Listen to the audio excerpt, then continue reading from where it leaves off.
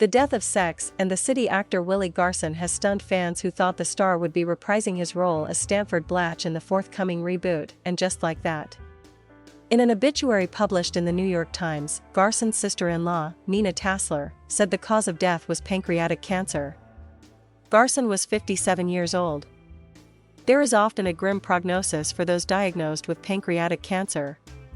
Jeopardy host Alex Trebek died of the deadly disease in November 2020 after being diagnosed in March 2019. Supreme Court Justice Ruth Bader Ginsburg died from complications of the same disease in September 2020.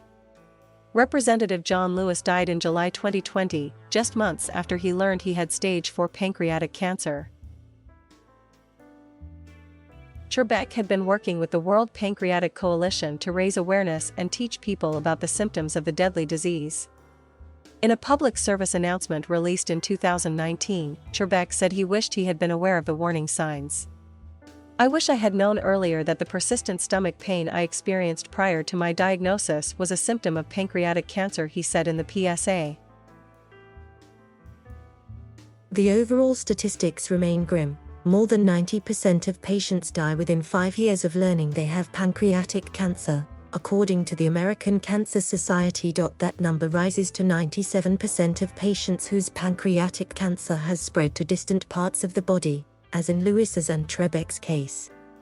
That makes it the lowest survival rate of all major cancers. Ginsburg had been a rare long-term survivor, having been treated for pancreatic cancer in 2009. Nobody knows why these patients live longer than other people with pancreatic cancer, but something is clearly setting them apart, said Dr. Vinod Balachandran, a member of Memorial Sloan Kettering's David M. Rubenstein Center for Pancreatic Cancer Research in New York City, in a statement. He's the author of a 2017 study that found that something seemed to be the robustness of their own immune systems, with long-term survivors having almost 12 times the number of T cells, a type of immune cell that helps the body fight against invaders, inside their tumors than other patients. The pancreas is a 6-inch long gland that lies between the stomach and the spine, the National Cancer Institute noted. It helps the body break down food and regulate blood sugar. About 95% of pancreatic cancers begin in exocrine cells, which produce the digestive juices. Pancreatic cancers that begin in endocrine cells, which make hormones like insulin, are far less common, but also less aggressive. Trebek hadn't specified which kind of tumor he had, but it was likely the first type. The early stage of the disease often causes no symptoms, which is why the cancer is so deadly. It's usually caught only when it becomes large and spreads outside of the gland.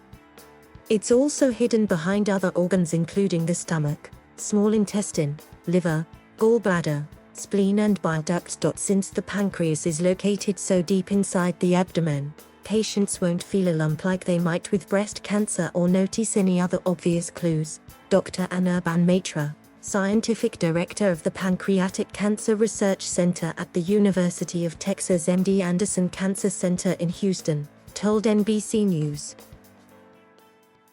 Symptoms, when they do occur, can be vague and mimic the warning signs of other illnesses.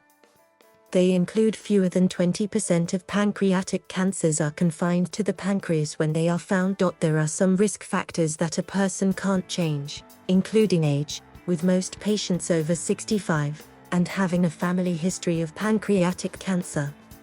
Men and African Americans are slightly more likely to develop pancreatic cancer than women and whites. The National Cancer Institute and the American Cancer Society also list risk factors that people do have influence over. They include there are currently no approved early detection methods, but researchers hope tests that can pick up biomarkers for the cancer will become available in the next few years. When patients complain of symptoms, the cancer can be found with imaging tests such as a CT scan, MRI and ultrasound. Certain blood tests, procedures and a biopsy can also help doctors diagnose the disease. Surgery to remove part or all of the pancreas is an option for the minority of people whose pancreatic cancer was detected in its early stages.